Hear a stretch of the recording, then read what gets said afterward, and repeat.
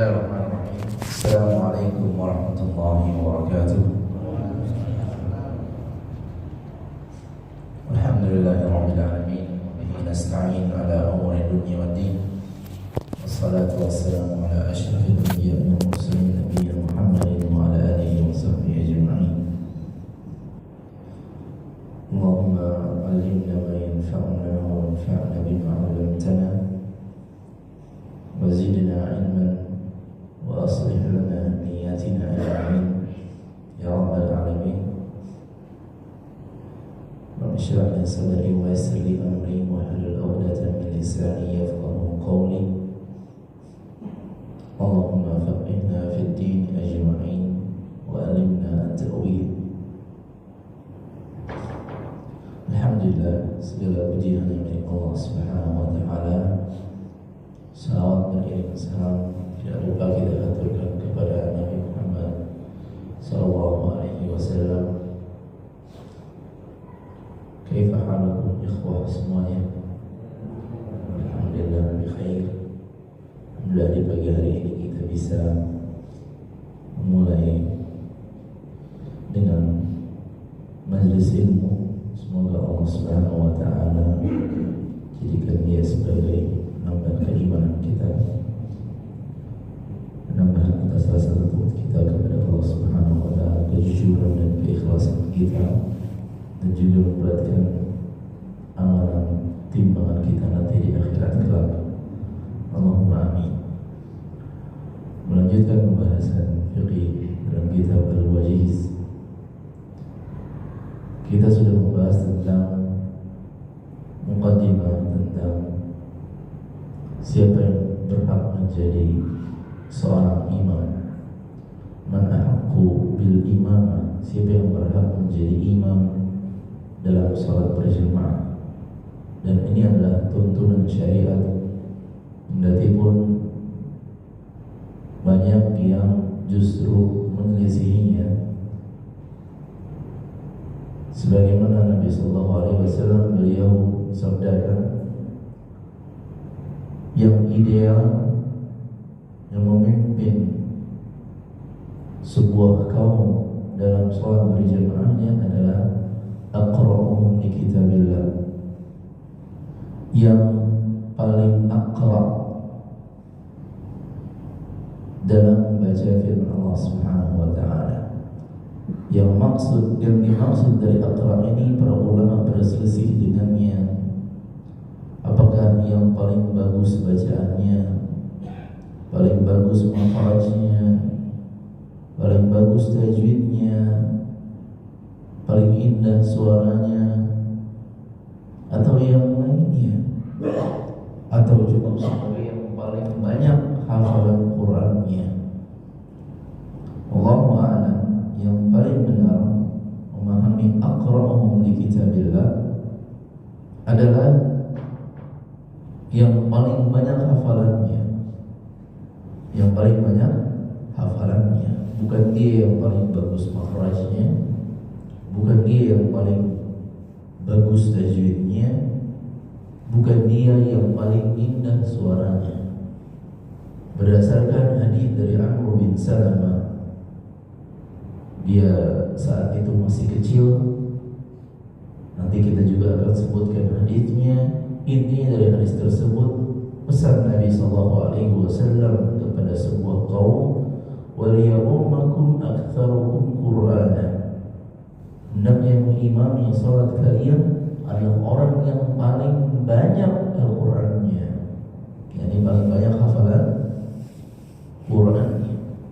Kalau mereka sama-sama hafal 30 juz atau sama-sama 1 juz, maka bagaimana yang paling paham tentang sunnah, yang paling berilmu?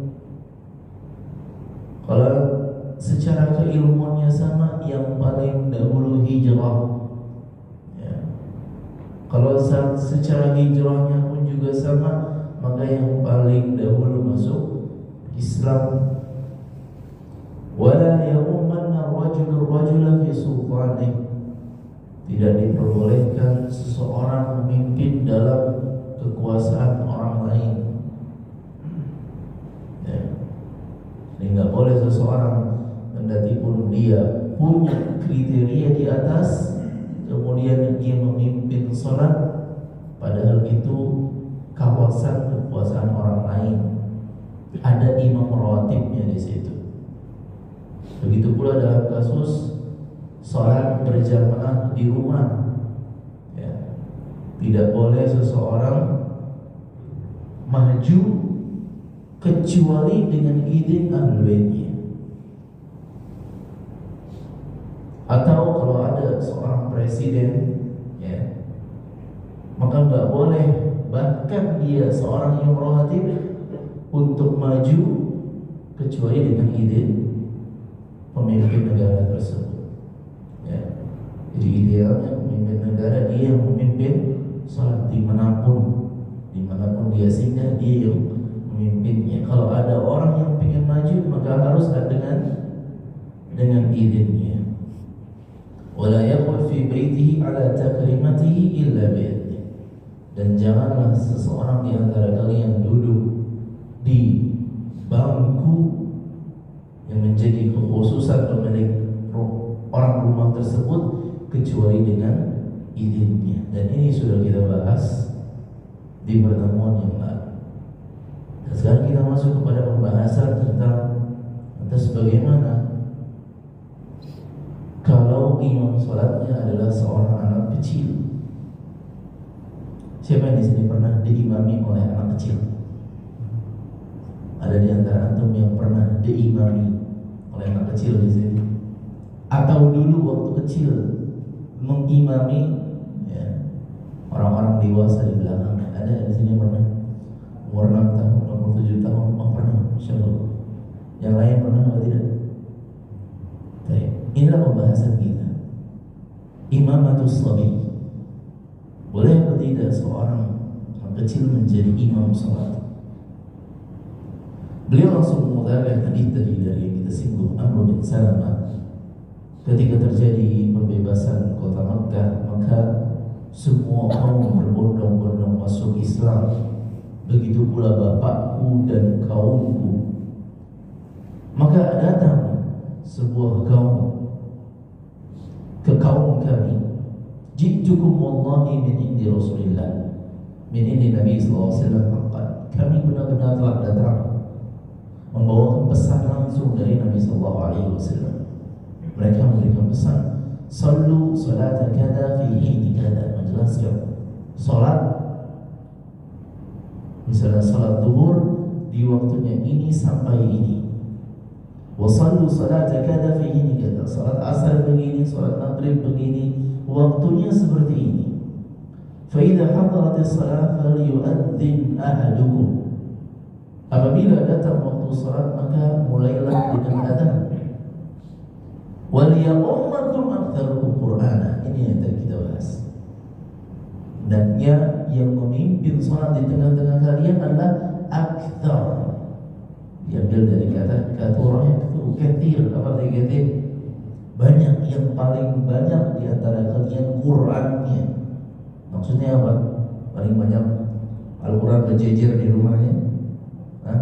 Yang paling banyak hafalan Qur'annya. Fanadhar falam yakun aktsara Qur'anan minni. Maka mereka mau mencari siapa yang memimpin kita salat. Pada baru masuk Islam, maka mereka tidak mendapatkan kecuali ada pada diriku, ya. Maka faqaddamuni baina aydihim wa ana ibnu sitti aw sab'i sinin. Maka mereka nyuruh saya maju, padahal saat itu umur saya 6 tahun atau 7 tahun. Ada yang pernah jadi imam umur 6 tahun? Imam di masjid lagi. Ustaz gimana umur 6 tahun sama aja Ustaz? Atau 7 tahun? Ya.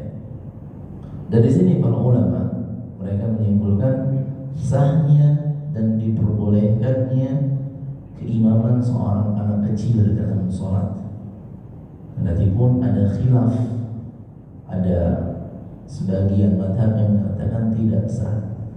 Tapi Allah Ta'ala singkatnya Ini adalah pendapat yang lebih rajih, yang menyatakan sahnya diimami oleh seorang anak kecil dengan ketentuan anak tersebut tadi dialah orang yang paling banyak hafalan Qurannya dan dia sudah mumayyiz.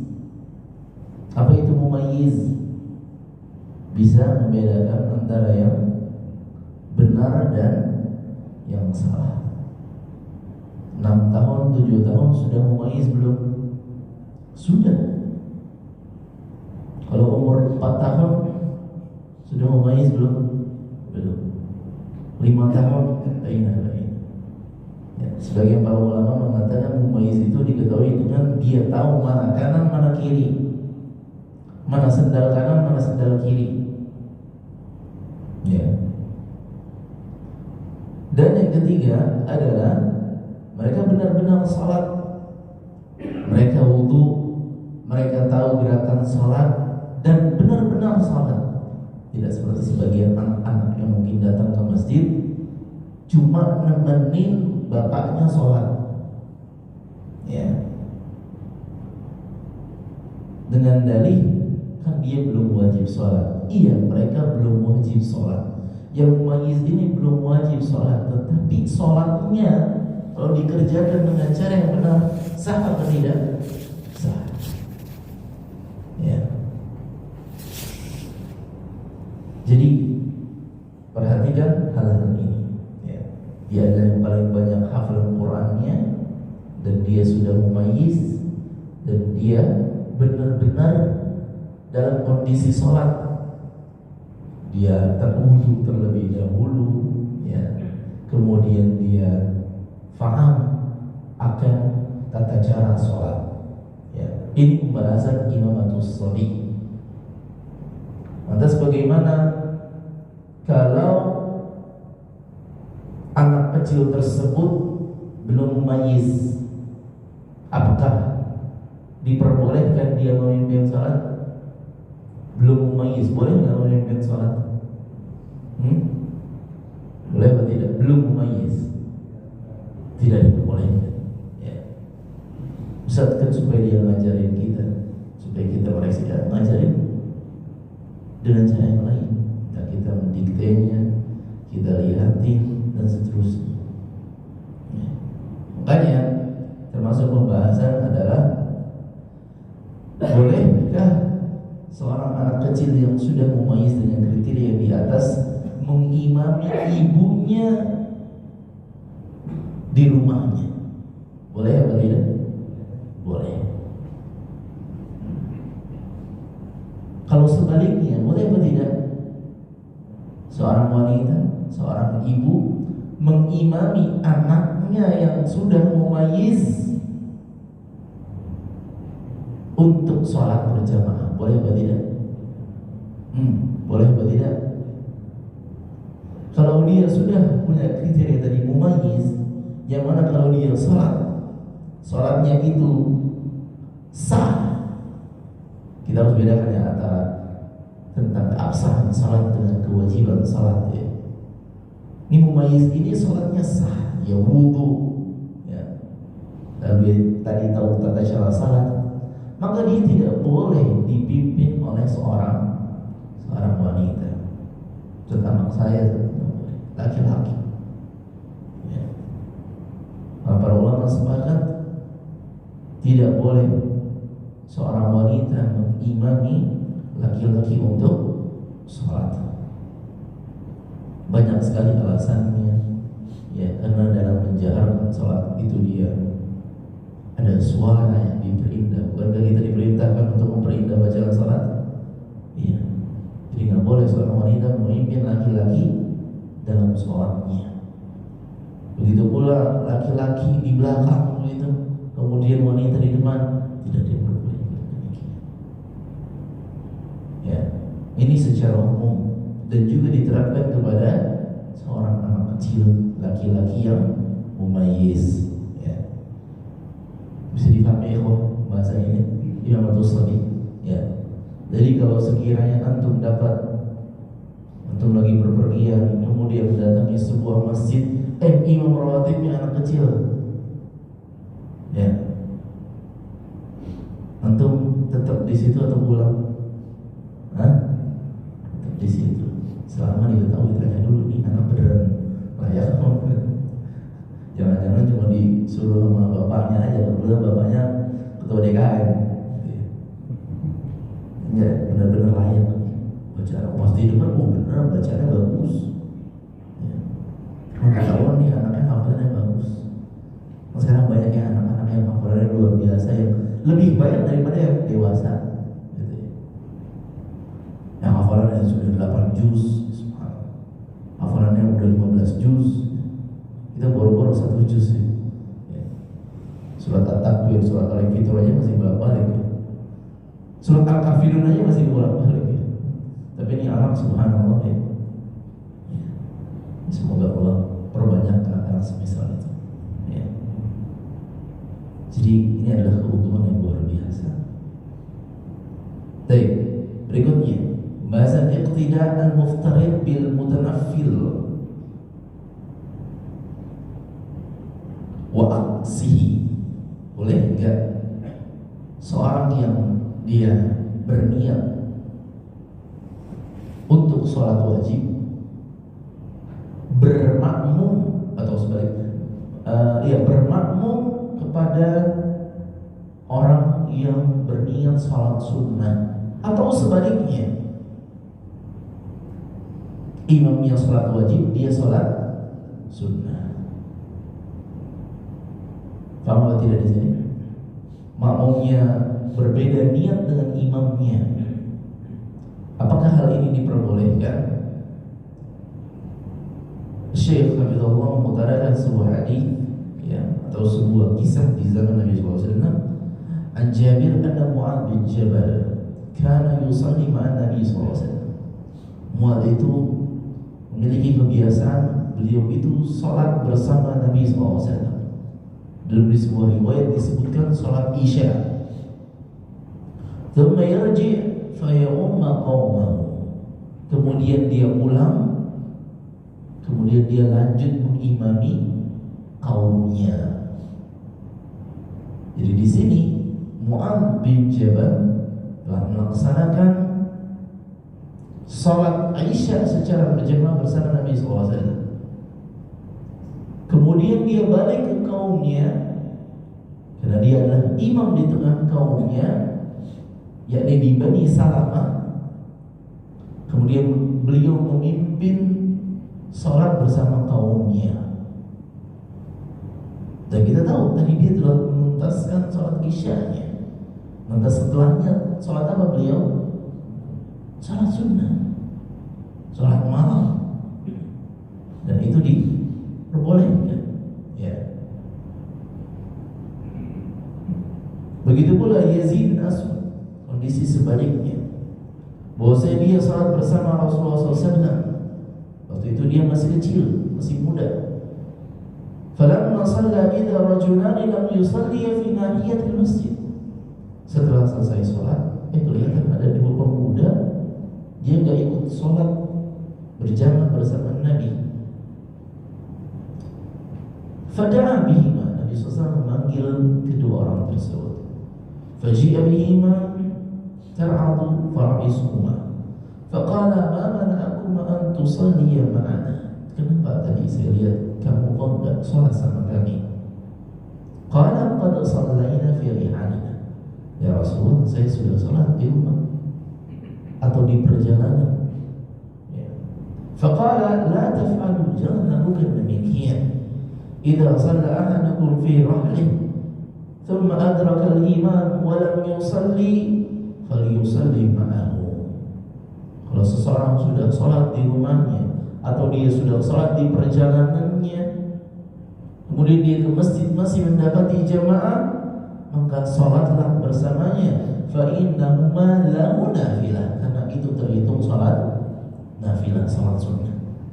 Jadi di sini diperbolehkan apa tidak? Perbedaan niat dengan imam diperbolehkan. Imamnya niat sholat wajib, makmumnya sholat sunnah. Atau sebaliknya, imamnya niat sholat sunnah, makmumnya niat sholat wajib. Ada kisah juga ketika Nabi SAW melihat ada seorang sahabat yang dia sholatnya terlambat, sholatnya sendirian. Siapa yang mau memberikan sedekah kepada orang ini dengan bermakmum dengannya? Baik. Ini berkaitan dengan perbedaan niat. Ya. Lantas bagaimana kalau perbedaan jenis sholatnya, Ustaz? Boleh apa tidak kita bermakmum dengan seorang imam yang sholatnya berbeda dengan kita, ya? Dia sholat maghrib, dia sholat isya, kita sholat maghrib, atau dia sholat asar, kita sholat zuhur karena kita telat, atau kita mau menjamak. Boleh atau tidak dalam kasus demikian? Perbedaan sholat, jenis sholat diperbolehkan, ya, diperbolehkan. Karena perbedaan niat antara makmum dengan imam bukanlah hal yang menjadi masalah. Ya. Benar Nabi SAW mengatakan, innama ju'ilal imamu liyutamma bih. Imam itu dijadikan untuk diikuti. Tapi apa yang dimaksud diikuti di sini? Dalam konteks apa? Dalam konteks gerakan. Adapun masalah niat, kita tidak diperintahkan untuk mengikuti imam. Bahkan dalam tata cara, dalam sifat gerakan, kita tidak diminta untuk mengikuti imam. Kita diperintahkan untuk bersedekah. Kita tahu sedekah ada macam-macam riwayatnya. Ada yang bersedekah seperti ini, ada yang seperti ini, ada yang seperti ini, seperti ini. Secara tata caranya, apakah kita diminta untuk mengikuti imam? Enggak, tata cara. Tapi gerakannya bersedekah. Imam lagi bersedekah, bersedekah kita. Ya, Bismillahirrahmanirrahim, ihram bersedekah. Ya. Imam udah rukuk, ya ikutan rukuk. Ya rukunya ada model-model, ada yang mencengkram lututnya, ada yang melebarkan lengannya. Ya. Jadi secara tata caranya dan niatnya kita tidak dituntut untuk sama dengan imam. Ya. Innama ju'ilal imamu liyutamma bih, yakni dalam gerakannya. Kalau niatnya berbeda tidak masalah. Dia belum sholat zuhur, misalnya kelupaan, ketiduran, ikut jamaah sholat asar, nggak masalah.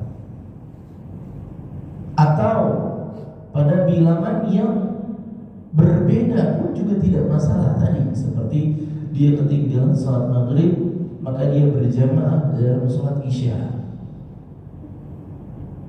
Boleh atau tidak? Boleh. Lantas bagaimana Ustaz? Kita kan 3 rakaat. Nah imamnya 4 rakaat. Gimana kita ikutan juga? Itu kita berdiri juga. Ya jadi 4 rakaat gitu. Gimana caranya? Duduk nunggu. Ketika imam di rakaat yang ketiga dia bangkit berdiri, kita ngapain? Kita nunggu. Duduk. Gak boleh salam duluan. Ya meskipun ada sebagian pendapat mengatakan demikian. Tapi tidak, yang lebih tepat adalah dia nunggu sampai akhirnya sama gerakannya, duduk, mulailah at-tahiyat, kemudian salam bersama imam. Saat itu kan kalau jumlah rakaat imam lebih banyak, kalau jumlah rakaat imam lebih sedikit bagaimana? Maka disempurnakan. Seperti pembahasan di sini, iqtida'al muqim bil musafir wa aqsuh. Boleh tidak seorang muqim berimam dengan seorang musafir, atau sebaliknya musafir berimam dengan muqim? Lihat di sini, Ali bin Umar radhiyallahu anhu qala, "Shalla Umar bi ahli Makkah." Umar sebagai khalifah memimpin salat orang-orang Makkah dalam salat zuhur. Fa sallama fi rak'atain. Beliau salam di rakaat yang kedua. Jadi Umar di sini ngapain beliau? Hah? Dari 4 jadi 2 rakaat, ngapain beliau di sini? Mengqasar salat. Jadi inilah sunnahnya seorang yang musafir, yakni mengqasar salatnya. Dan di sini Umar baru mengajarkan kepada mereka, atimmu salatakum ya ahla Makkah, sempurnakanlah salat kalian wahai ahlu Makkah, fa inna qaumun safar, karena kami ini adalah orang-orang yang sedang safar. Jadi berbeda rakaat. Umar radhiyallahu ta'ala anhu salat 2 rakaat, sedangkan ahlu Makkah salatnya 4 rakaat. Dan ini tidak tercela. Ya, sebagian seorang ya, di sebuah tempat begitu ya, dia tahu ini orang lebih banyak hafal, secara kriteria ini orang lebih banyak hafal Al-Quran. Saya hafalan paling trikul apa 1 gol lagi, itu masih bolak-balik. Pas ditanya, Mas jadi imam? Ya saya safar, saya baca, saya sholatnya 2 rakaat ya. Dia agak maju mundur. Oh yaudah deh, tercari aja jamaah safar yang lain. Tidak masalah. Kita berimam dengan seorang musafir itu tidak masalah, tidak tercela. Ya, dan tinggal nambahkan 2 rakaat. Ya. Dan itu mudah. Dan itu mudah sekali. Ya. Kemudian, idza iqtada al-musafir bil muqim atam. Kalau seorang musafir berimam dengan seorang muqim, maka dia ikut menyempurnakannya. Oh, jangan mengatakan oh saya musafir, ya, meskipun saya berimam dengan kamu seorang muqim, saya maunya qasar salat. Ya. Kamu isyanya 4 rakaat, entar saya 2 rakaat udah salam duluan, saya pulang habis itu. Gak bisa seperti itu. Ya. An Musa bin Salam al-Hudali qala sa'atu bin Abbas. Saya bertanya kepada Ibn Abbas, kaifa usalli idza kuntu bi Makkah idza lam usalli ma'al imam? Ibn Abbas, kalau saya salat di Mekah, musafir, tidak bersama imam, gimana salat saya? Faqala rak'atain, salatlah 2 rakaat, yakni taksir. Sunnah Abi Qasim, inilah sunnahnya Nabi Muhammad SAW. Ini ada Qasim SAW. Wa Nabi Mijlas, qultu li Ibn Umar, al-musafir yudriku rak'atayn min salatil qawm, yani al-muqimin, atujzihi rak'atan aw yusalli bi salatihim. Wahai Ibn Umar, ada seorang musafir, dia cuma dapat 2 rakaat bersama imam yang muqim. Imamnya sholat isya, dia masuk di rakaat yang ketiga. Apakah itu mencukupinya? Fadhahika wa qala yusalli bi salatihi. Maka Ibnu Umar pun tertawa mendengarkan pertanyaannya, dan beliau mengatakan tidak, dia harus sholat seperti sholatnya si imam. Kalau imamnya muqim 4 rakaat, ikuti. Jangan mentang-mentang sebagai musafir, tunggu aja deh sampai rakaat yang ketiga, saya kan pengen qasar sholat. Enggak, kalau kita sudah masuk sholat bersama mereka, komit ikutin mereka dalam rakaatnya. Mereka 4 rakaat, maka kita pun sempurnakan menjadi 4 rakaat.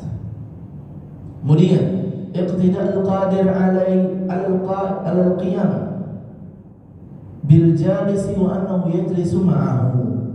Ya. Seorang yang mampu untuk berdiri ketika berimam dengan orang yang duduk, maka dia duduk bersamanya. Ya. Kalau kita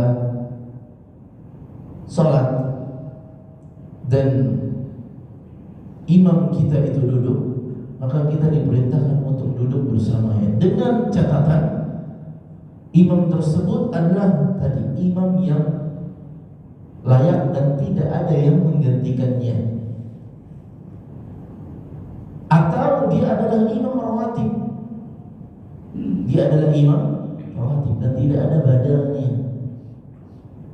Ketika dia sedang sakit, gak ada yang menggantikannya, dia harus sholat duduk, maka semuanya duduk.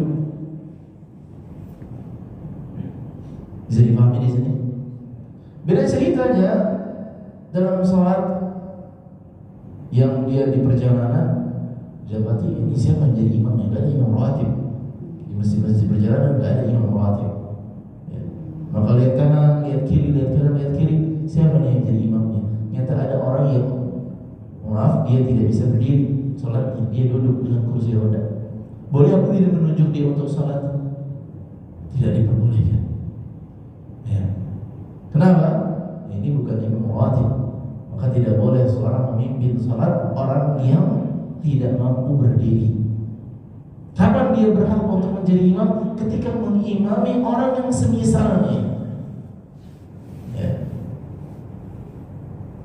Jadi orang yang tidak bisa berdiri, dia berhak menjadi imam ketika dia mengimami orang yang semisalnya, orang-orang yang tidak bisa berdiri. Bisa dipahami di sini?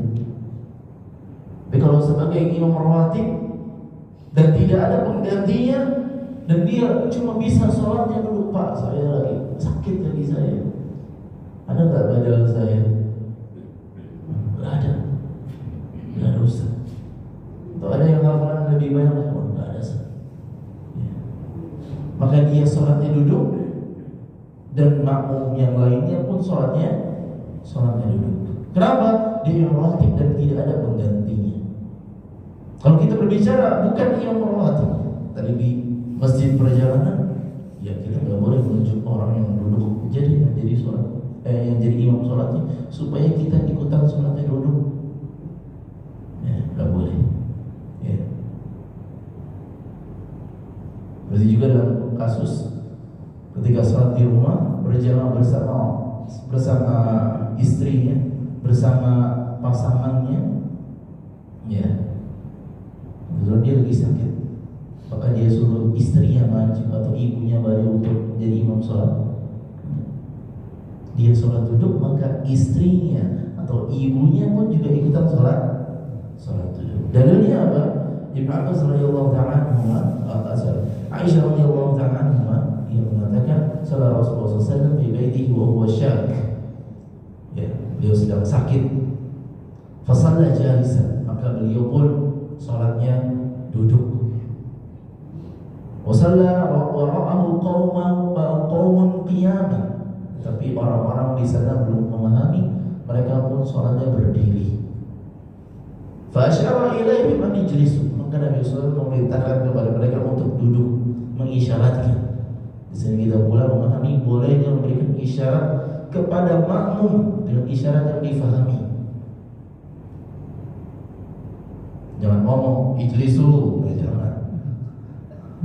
Enggak boleh ngomong sengaja dalam sholat. Ya, kasih isyarat. Nabi SAW melakukan demikian. Maka ketika selesai, Nabi mengatakan innama ju'ila al-imam liyu'tamma bihi. Fa idza raka'a farka'u, kalau dia ruku maka ruku'lah. Wa idza rafa'a farfa'u, ketika dia bangkit maka bangkitlah. Wa idza shalla jalisan fa shallu julusa, kalau dia imamnya salatnya duduk maka ikut duduklah. Duduklah bersamanya. Fa shallu julusan ajma'u, fa shallu julusan ajma'u. Ya. Bisa dipahami di sini? Dan di zaman Nabi SAW siapa yang melancang Rasulullah lagi sakit, biar anak yang maju aja? Tidak ada itu. Kecuali memang dia sudah dititahkan kepada untuk menggantikan Nabi SAW sebagai imam sholat, seperti Abu Bakar. Benar-benar Rasulullah nggak bisa mengimamnya sholat, Abu Bakar. Ya. Dan ini adalah dalil tentang kekhalifahan beliau setelah Nabi SAW. Kemudian al-ma'mul wahid yakumu an yamin al-imam bihadaihi sawa. Ketika berjamaah dengan satu makmum, ya, dia hanya berjamaah berduaan saja, maka makmumnya berdiri di sebelah kanan persisnya seorang imam.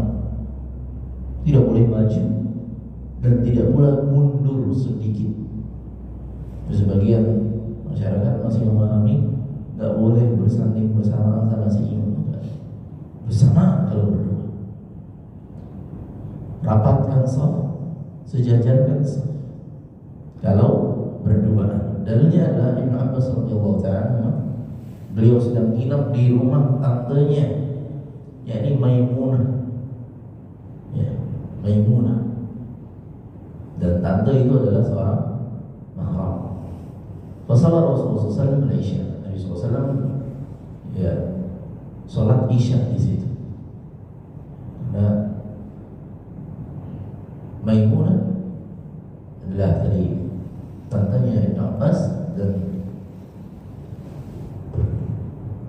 Ibnu Abbas adalah keponakan Nabi SAW. Nabi SAW menikahi Maimunah. ثم جاء فصلى 4 ركعات. Nabi SAW salat 4 rakaat. Kemudian tidur. Kemudian beliau bangkit, fajitu faqumtu an yasari. Maka aku ikutan salat. Faqumtu an yasari. Aku berdiri di sebelah kiri Nabi SAW. Faja'alani an yaminihi. Maka Nabi SAW menggeser saya ke sebelah kanan. Ya. Jadi Nabi SAW menggerek Ibnu Abbas ke sebelah kanan. Termasuk sunnah kalau terjadi kesalahan, ya, maka jika bisa diperbaiki maka diperbaiki, tentu dengan cara yang baik. Ya. Linu bi aidi ikhwanikum, jadi berlemah lembut, jangan kasar, jangan ditarik kasar begitu, jangan. Dengan lemah sebelah. Ya. Dan kasus pula ketika Nabi SAW nanti akan kita jelaskan. Jadi di sini kita pahami bahwasanya ketika berjamaah maka makmum di sebelah kanan imam. Ya.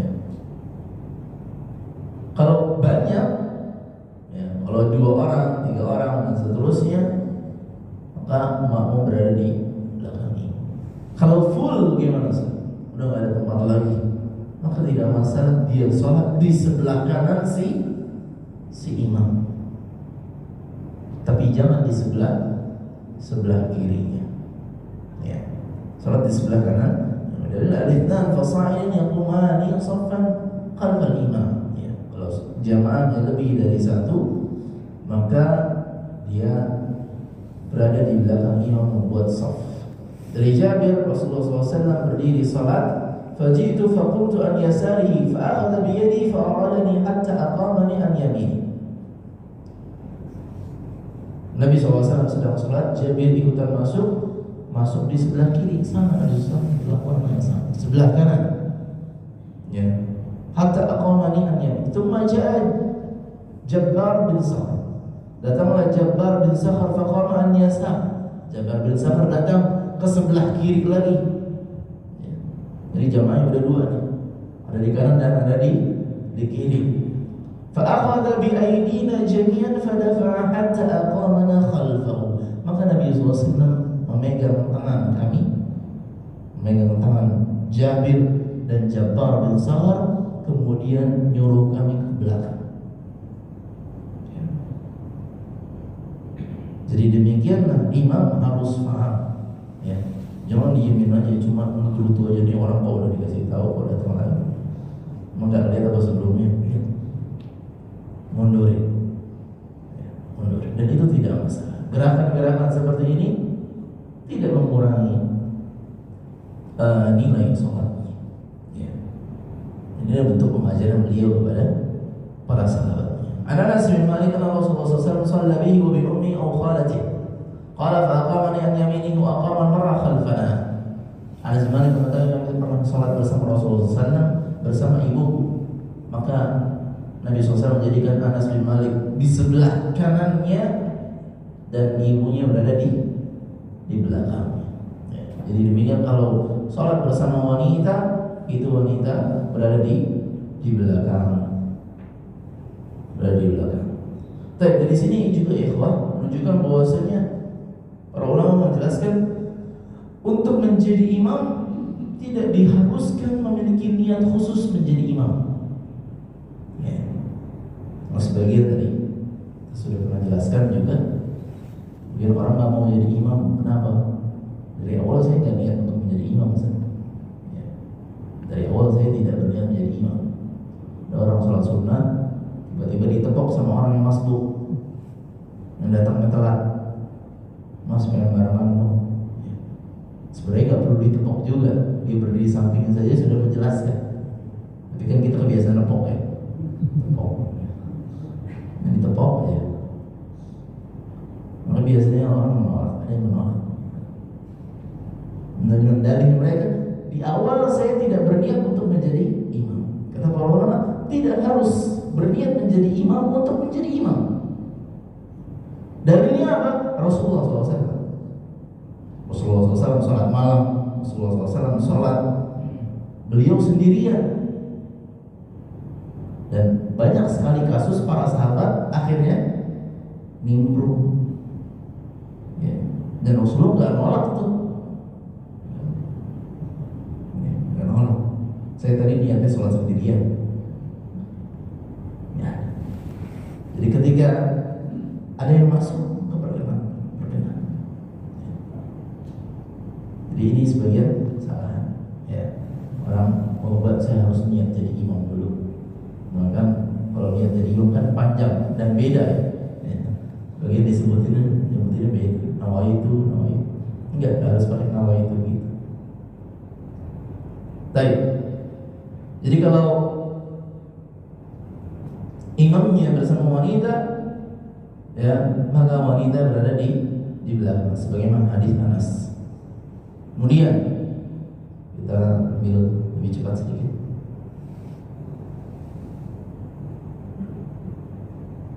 Bisa ya?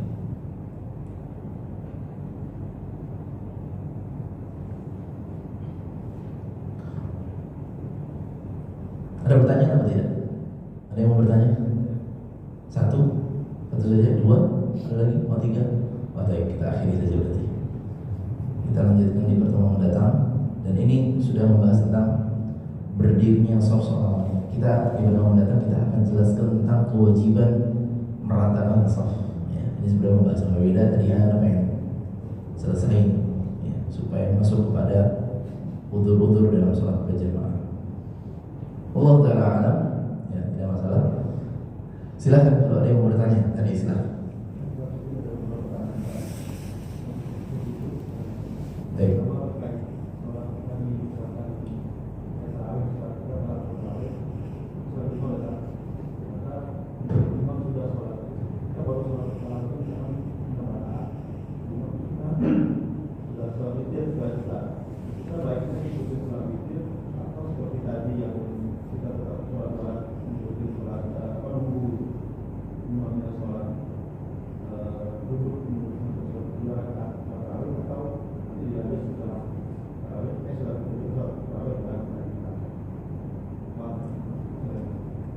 Imamnya witirnya dua rakaat, satu rakaat.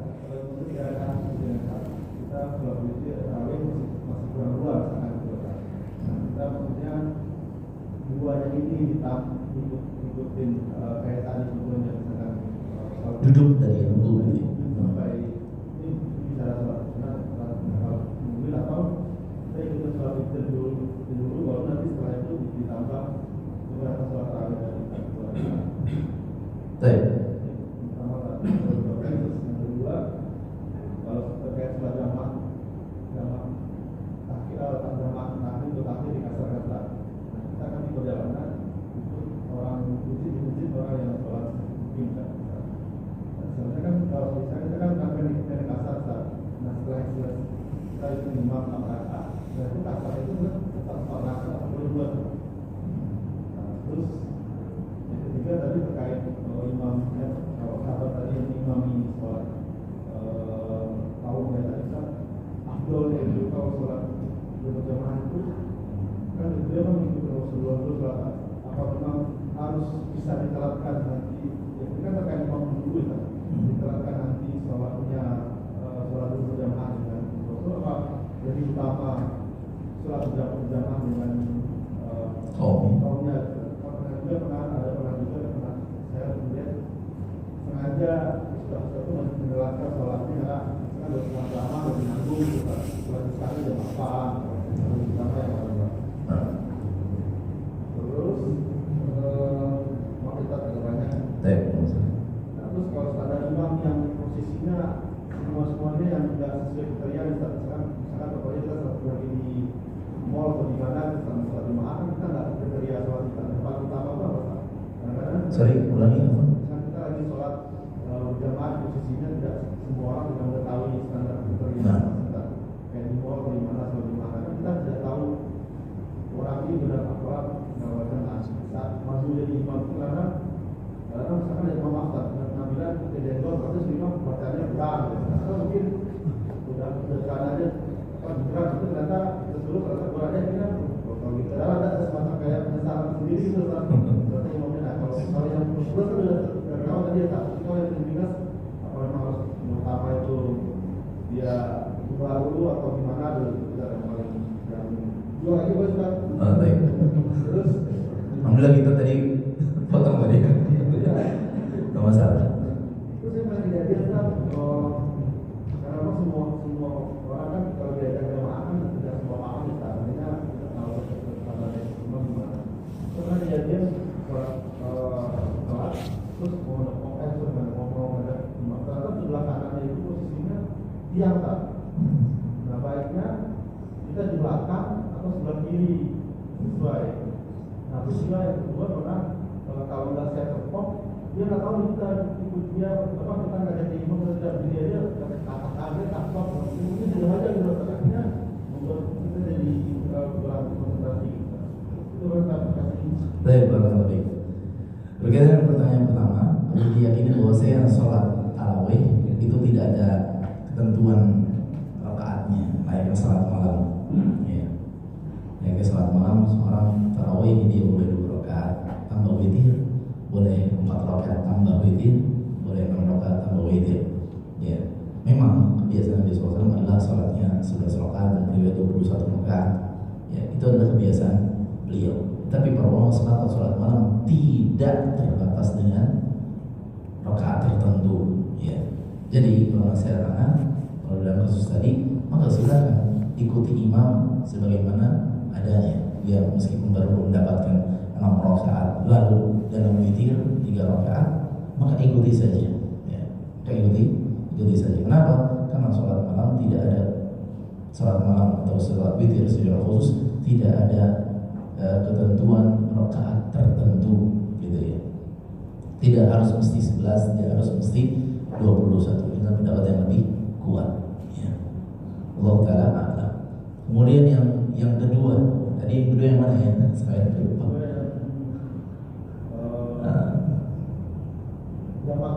Oh ya, menjamak ya. Kalau salat dia seorang musafir, kemudian dia menjamak salat. Nah, dia jamak takdim gitu ya. Dia mengikuti imam mungkin. Nah, dia salatnya tetap menyempurnakan. Adapun salat berikutnya, karena dia ingin menjamak, maka dia mengqasar. Ya, dia mundur ke belakang, mungkin dia bisa mencari orang lain, ya, yang safar bersamanya, kemudian salat berjamaah dengan mengqasar salat. Ya, jelas di sini? Enggak, jadi boleh 4 dan 2 ya, 4 dan 2. Kenapa dia 4 tadi? Karena dia bermakmum dengan seorang hakim. Yang ketiga, apa tadi?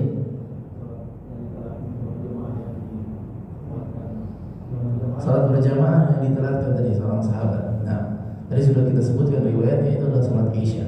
Salat Isya, dia bersalat bersama Rasulullah SAW di awal waktu ya. Kemudian dia pergi ke kaumnya, kemudian beliau mengimami mereka dan salat Isya ya.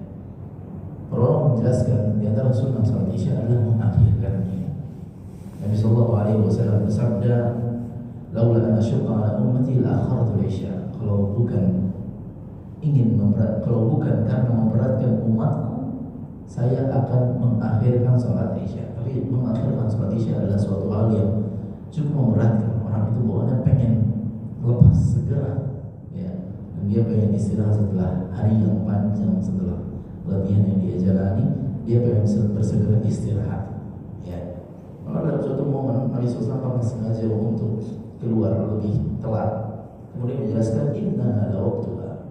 Ini adalah waktu sholat isya yang terbaik. Ya, karena di waktu atama kurang lebih jam 9 sampai jam 10. Ya, inna ala waktuha. Ini adalah waktu yang terbaik. Jadi sholat isya berbeda dengan sholat-sholat yang lainnya. Ya, dia diakhirkan itu lebih sunnah. Sedangkan sholat-sholat yang lainnya subuh, zuhur, asar, maghrib, maka sunnahnya atau idealnya adalah di sholat secara di waktu yang lebih awal. Baik. Jadi apa yang dilakukan oleh sahabat tadi Mu'adz bin Jabal tidaklah keliru, ya. Karena beliau menggabungkan dua keutamaan. Sholat bersama Rasulullah SAW tidak ketinggalan dan sholat bersama berjamaah bahkan di waktu yang lebih baik. Ya. Kemudian yang keempat, ya, itu di boleh seterusnya di terakhirnya saat kita posisi di Jakarta kita di perjalanan tetap. Nah setiap jam sholat isya itu selalu posisinya sambil berjalan. Nah sengaja dilatih. Artinya intensitas setiap hari kita untuk berjalan bisa gitu kan. Lalu sekali boleh atau gimana? Ini mengakhirkan sholat isya ini tentu tidak menghilangkan kewajiban seorang laki untuk berjamaah. Ya. Jadi ranah untuk mengakhirkan sholat bukan ranah pribadi, tapi ranah orang-orang yang ya, dia adalah seorang PKM kemudian menetapkan kita sholat isyanya kita akhirkan, misalnya demikian. Ya. Bukan ranah pribadi karena nanti sholatnya nanti aja sholat isya, sehingga dia kelewatan sholat berjamaah. Nah, ini keliru. Ya. Sehingga amalan ini bisa dikerjakan jika dia adalah orang yang mampu wewenang sholat isya kita akhirkan. Seperti Nabi SAW, beliau yang berwenang di situ. Ya. Para sahabat nungguin dari waktu isya sampai waktu atama. Ya, nungguin. Ya, tanpa ngedumel tentunya. Ya. Jadi cerita kalau kita mungkin ini mana sih? Ya, imam rawatibnya. Ya. Begitu pula Mu'adz bin Jabal, beliau punya wewenang di situ karena dia adalah imam rawatibnya. Ya. Dia adalah orang yang paling berilmu di kaumnya. Maka mau nggak mau mereka menunggunya. Ya. Adapun kita tahu punya kesibukan yang luar biasa. Kalau kita sampai rumah atau kita sengaja telat, ini adalah keliru. Ya. Kita harus tetap ngikutin jamaah sholat isya, kita mampir sebentar, demikian. Adapun yang pertama yang keempat, kita percepat sholat di mall, ya gimana? Tentu itu kriteria dari imamnya, ya. Gak bisa menilai secara wahid. Tetap uang masalah, tetap lakukan doa sambung tadi. Dan memang, ya, ketika seseorang dia punya keilmuan tentang Al-Quran, dia punya hafalan yang banyak, dirasa dirinya banyak, ya, dan dia lihat secara kasat mata yang tanpa menjatuhkan, rasa yang lainnya tidak demikian, maka silahkan dia maju dengan PD-nya. Jangan ada ketawaduan di situ dalam tanda kutip. Jadi jangan merendah di situ. Akhirnya apa? Ya menelantarkan sholat di situ. Ya. Akhirnya Pak maju aja Pak. Ya, padahal tahu dia nih orang membacanya bagus. Pak maju aja Pak. Silakan. Pas dia maju benar kan? Ya. Dimakan sendiri. Ya.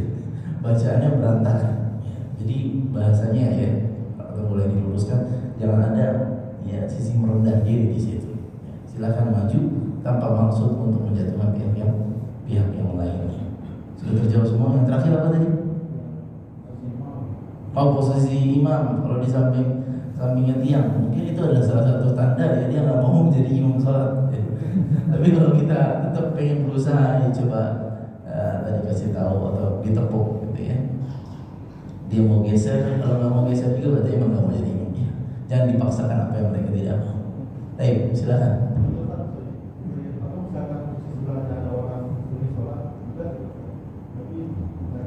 Nah itu kita boleh minta geser kepada orang tersebut.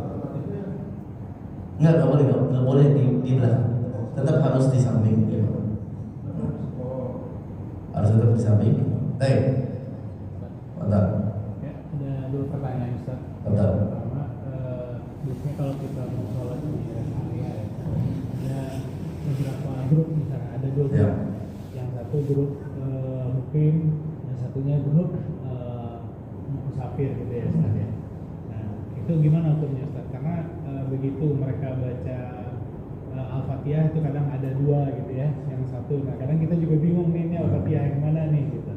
Itu yang pertama. Yang kedua, kalau misalkan kita lagi sholat ba'diyah, misalkan ba'diyah Isya Ustaz ya, tiba-tiba datang ada makmum yang ingin berjamaah dengan kita. Nah, itu bacaan kita. Kalau kita sholat sendiri kan kita sholat sir Ustaz ya, gak dibaca. Begitu ada makmum, kita bacaannya kayak seperti sholat subuh, dikeraskan Al-Fatihahnya atau seperti apa Ustaz?